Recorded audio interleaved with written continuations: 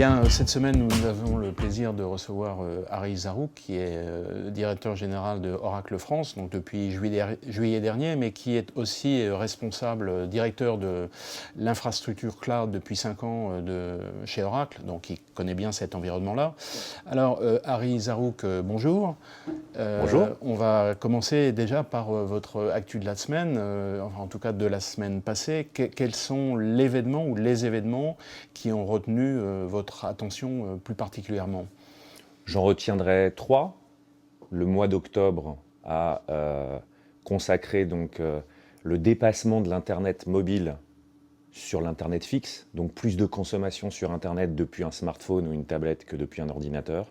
Alors, je crois que pour compenser ce que vous dites, effectivement, les utilisateurs moyens sortent leur téléphone portable plus de 100 fois par jour. Donc ça prouve qu'on est bien accro. Et c'est bien les utilisateurs moyens. Ouais.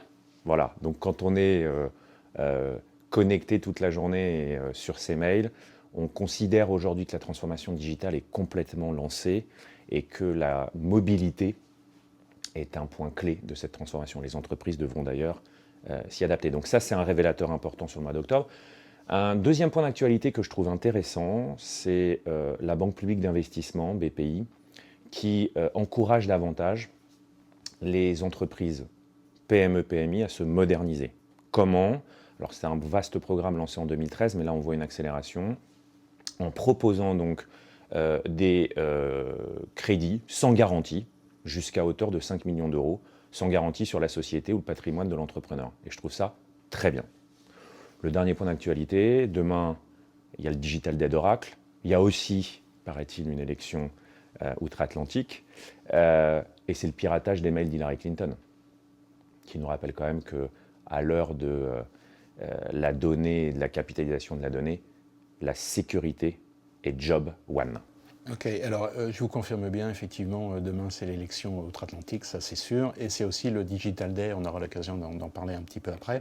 Alors effectivement, la sécurité, c'est un sujet clé, on le voit bien, l'actualité nous le rappelle tous les jours, ça c'est pas un problème, et donc ça nous permet de glisser sur un thème qui est devenu majeur, central pour Oracle, qui est le cloud. Alors on sait, on va pas refaire toute l'histoire, on sait que Oracle a commencé un petit peu tardivement sur le cloud. Larry Ellison avait fait des déclarations en son temps qui avaient fait défrayer la chronique.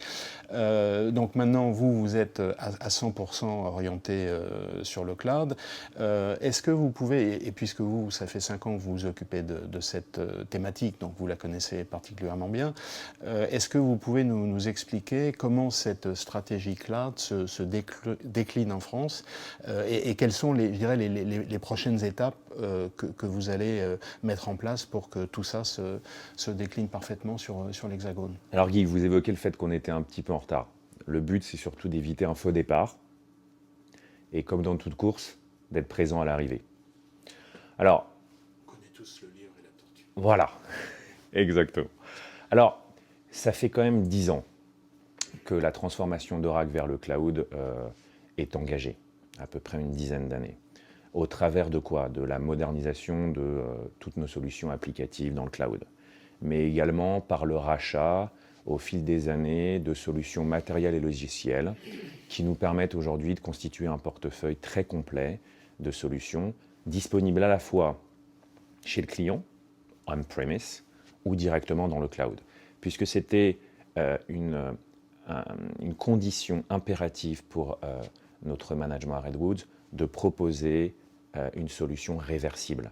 Et pour avoir la possibilité en tant que client de sortir d'un cloud, il est obligatoire de proposer des solutions qui soient le plus identiques possible chez le client et chez nous.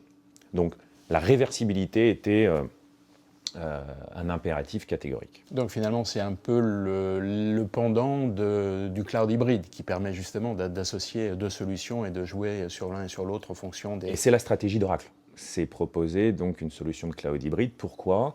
Puisque nous considérons que les entreprises aujourd'hui ne doivent plus s'interroger à savoir si elles doivent engager cette transformation vers le cloud. Elles vont y aller, et je reviendrai tout à l'heure sur les pronostics de notre management américain et de Mark Hurd, qui est paru dans la presse récemment. La question n'est plus si on y va ou pas, mais la question c'est à quelle vitesse, selon quelle maturité. Donc il faut pouvoir, en tant qu'éditeur ou fournisseur de solutions de cloud, comprendre que nos clients sont tous différents et se transformer un petit peu. Nous étions avant les sachants, aujourd'hui il faut être peut-être plus les écoutants ou les apprenants et savoir que leur transition vers le cloud ne se fera pas en une seule phase. Donc nous avons une politique d'adresser certains clients directement au travers de projets vers le SaaS, vers le cloud public d'Oracle, pour ceux qui le peuvent. Tous les clients ne peuvent pas, certaines applications ne sont pas encore suffisamment éligibles à ce cloud public. Nous leur proposons des transitions vers le IaaS et le PaaS en attendant la suite. Donc en gros, si je comprends bien, c'est pour résumer ce que vous dites, c'est que vous êtes prêt pour faire du cloud 100% dès maintenant, mais comme les clients, eux, ne le seraient pas et ne vont pas évoluer tous à la même vitesse, en gros, vous êtes prêt à vous adapter un peu au rythme auquel ils sont prêts à évoluer vers le cloud. C'est un peu ça ? C'est exactement ça, sachant que le marché se transforme avec l'avènement du cloud. C'est une question de pacte de confiance, ne pas être trop en avance ni trop en retard, être au même niveau et partager des perspectives communes avec chaque client. Donc le socle distinctif d'Oracle, c'est cette capacité à proposer une personnalisation du service cloud. Et nous avons la possibilité de proposer du public, du privé, ou les deux. D'accord. Est-ce qu'il est possible de dire, à la fin 2016, quand vous faites une offre à un client, globalement, quel est le pourcentage du cloud dans ce que vous proposez aujourd'hui ? Alors, les résultats, très factuellement... En France, hein, j'entends bien. Le cloud représente à peu près aujourd'hui 1/6 de notre chiffre d'affaires. D'accord. Okay. Et la France est à peu près bien située par rapport à ce qui se fait soit dans les autres pays européens, soit par rapport aux États-Unis. On a un peu de retard. Enfin, en tout cas, les utilisateurs, les clients, un petit peu. Les réflexions n'ont pas eu de retard, mais la mise en route s'est fait un peu plus lentement. Et là, nous sommes en phase d'accélération. Je crois qu'effectivement, dans plein de technologies, on l'a vu, les Français mettent un petit peu plus de temps à réfléchir. Et une fois qu'ils ont pris la décision, ça va relativement vite. Alors, c'est à peu près la mentalité. C'est que d'abord, on analyse et on appréhende les écueils possibles d'une telle action avant de pouvoir exécuter, ce qui est un principe qui est tout à fait défendable et compréhensible, puisque nos grands clients et les grands DSI ne doivent pas rater cette transformation. Très bien. Alors, donc le cloud. Maintenant, reprenons un petit peu votre offre qui est très pléthorique. On va pas la lister parce qu'on en aurait pour un bon moment. Ça couvre à peu près toute l'infrastructure, donc des OS jusqu'aux applicatifs et avec les langages de développement. Enfin, c'est une palette extrêmement large. La question, c'est finalement quelle est la logique derrière tout ça ? C'est-à-dire comment vous organisez tout ça et comment vous vous présentez vis-à-vis d'un client, c'est-à-dire en gros je suis le one-stop shopping, on peut, alors en bon français bien entendu, vous pouvez prendre tout chez moi ou est-ce que vous poussez les bons éléments en fonction de la demande de vos clients ? C'est pas vous pouvez prendre tout chez moi, c'est nous essayons de construire une solution qui est capable de correspondre au scénario que vous avez envisagé avec vos équipes et selon vos contraintes. Donc c'est la complétude de l'offre qui nous permettra d'être le plus agile, tout simplement. Et aujourd'hui, ce qui nous paraît essentiel en écoutant nos clients, c'est d'avoir une offre donc complète, comme je l'ai évoqué, réversible, sécurisée, puisque nous l'évoquions tout à l'heure, c'est une question de pacte de confiance, les données doivent être sécurisées, et une offre performante, basée sur des technologies dont nous avons la propriété. Est-ce qu'on revient un tout petit peu en arrière, parce qu'on parlait du cloud, est-ce que la localisation des données pour vous est un élément important ? Est-ce que c'est ce que vous demandent vos clients ? Et si oui, qu'est-ce que vous leur proposez ? Est-ce que vous avez les data centers qu'il faut en France pour répondre à cette éventuelle demande ? Nous avons 19 data centers dans le monde. La localisation des données fait partie parfois des discussions et parfois ce n'est pas une question. La vraie question qui est aujourd'hui d'actualité, c'est bien sûr l'aspect économique, la viabilité du modèle économique, la sécurité, la possibilité de pouvoir à un moment donné garantir que cette donnée ne va pas disparaître et qu'elle va pouvoir revenir à la propriété du client. Et puis je crois qu'un un point très important, c'est la personnalisation de ce service. Je vous donne un exemple. Nous avons annoncé au premier trimestre, juin, juillet, août de cette année, des résultats en forte croissance sur le cloud.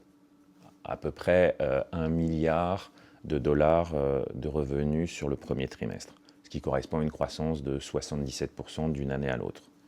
Nous avons annoncé 750 nouveaux clients dans le SaaS.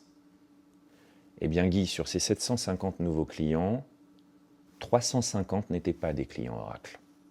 Ils n'avaient jamais consommé d'application Oracle au sein de leur data center on-premise. Et pour nous, c'est extrêmement important aujourd'hui d'établir cette relation et de la pérenniser. Pourquoi ils sont venus chez nous? Parce que nous avons personnalisé notre offre. Certains clients aujourd'hui ne veulent pas d'une solution SaaS qui leur impose des fonctionnalités génériques. Ils nous ont expliqué il y a 1 an ou 2 ans qu'il fallait peut-être des solutions PaaS associées à ce SaaS pour pouvoir personnaliser des offres. Vous prenez des grands du monde de la distribution et de la finance qui ne peuvent pas aujourd'hui exclusivement utiliser les fonctionnalités génériques des éditeurs. Et c'est ça qui a motivé et animé toutes nos recherches-développement à coût de plusieurs milliards par an depuis des années. D'accord. Vous faisiez référence à 19 data centers dans le monde. Donc, est-ce qu'il y en a un en France pour l'instant? Il n'y en a pas encore en France. L'étude est en cours. Il y a une étude en cours. Et nous verrons bien. D'accord, ok. Donc c'est peut-être dans un avenir relativement proche, on pourrait dire, pour être le plus précis possible. L'étude est en cours. Dernier point qu'on voulait évoquer avec vous, là, cette semaine, donc c'est demain, il y a l'élection américaine, comme vous l'avez dit tout à l'heure, il y a aussi le Oracle Digital Day qui va faire la part belle à la transformation numérique, donc ça c'est un thème, je dirais, récurrent dont on parle depuis un certain temps. Finalement, quels sont les atouts que Oracle peut apporter dans cette transformation numérique? Oracle étant au final un acteur, on va dire, traditionnel de l'IT, et la transformation numérique, a priori, va un petit peu au-delà. Donc, quels sont les atouts que Oracle peut apporter pour cette transformation numérique des entreprises? Bon, je vous remercie tout d'abord de parler du Digital Day, parce que c'est un événement annuel chez nous très important. Il a lieu demain, le 8 novembre, au Palais Brongniart. Nous allons recevoir des leaders d'opinion comme Martin Hirsch, directeur général de la PHP, qui va nous expliquer comment le marché de la santé est en train d'évoluer, celui de l'éducation également. Nous aurons des témoignages de TDF, de la Société Générale, de Carrefour, d'Edenred, SNCF. Donc on a beaucoup de clients demain au Palais Brongniart. Et l'objectif d'Oracle, au travers d'événements comme ça, c'est d'être un facilitateur. Demain, le Digital Day, c'est un carrefour d'échange. Des entreprises vont échanger entre elles. Certaines ont engagé une transformation digitale il y a quelques années. D'autres sont en passe de le faire. Et nous sommes ce médiateur. Je ne sais pas s'il est indispensable, ce médiateur, mais ce médiateur entre des acteurs qui ont déjà transformé et d'autres qui sont en pleine transformation. Et c'est ça qui nous engage aujourd'hui. Donc, c'est être facilitateur d'échanges pour produire de l'innovation chez nos clients. On essaye de produire cette innovation en simplifiant l'IT. Que dit Mark Hurd? D'ici 2025, 80% des budgets IT seront consacrés à de l'innovation, 20% uniquement à des systèmes de maintenance. Donc, les DSI doivent être aidés par leurs fournisseurs traditionnels aujourd'hui pour, main dans la main avec les métiers, proposer des nouvelles solutions. D'un mot, demain, ce que nous évoquons lors du Digital Day, c'est quoi? C'est que la transformation digitale revêt peut-être des risques. Certaines entreprises vont disparaître. La viabilité des modèles économiques n'est pas toujours garantie. Il peut y avoir une cannibalisation des business traditionnels et donc une forme de contradiction quand on met en place une transformation digitale par rapport à des logiques court-termistes de rentabilité. Ce qui est sûr, c'est que si on ne fait rien, on est assuré du résultat. Je crois qu'on peut le dire assez rapidement. On est assuré du résultat, on peut tout simplement disparaître, mais cette transformation est un atout formidable pour les clients. Et qui aujourd'hui peut se passer de cette réflexion, de se rapprocher encore plus de leurs clients? Donc, nous n'avons plus le choix. Et Oracle, demain, au travers du Digital Day, essaiera d'établir ces dialogues. Et je voudrais également parler d'un programme que l'on a, parce qu'on ne peut pas réussir seul, ni Oracle, ni nos confrères, dans l'aide que l'on souhaite apporter à nos clients. Nous avons aussi besoin peut-être de plus petits que nous, C'est ce pour que j'allais vous pouvoir demander. réussir. Donc, ce n'est pas vous tout seul, c'est vous et des partenaires, petits et grands, mais petits aussi, puisqu'il y a beaucoup d'innovations dans tout. Seuls, nous irions peut-être plus vite, mais avec d'autres, nous allons aller certainement plus loin. Bien, bah écoutez, on va terminer sur cette note, je dirais, un petit peu œcuménique et universaliste. Aris Zarouk, merci beaucoup. Merci Guy.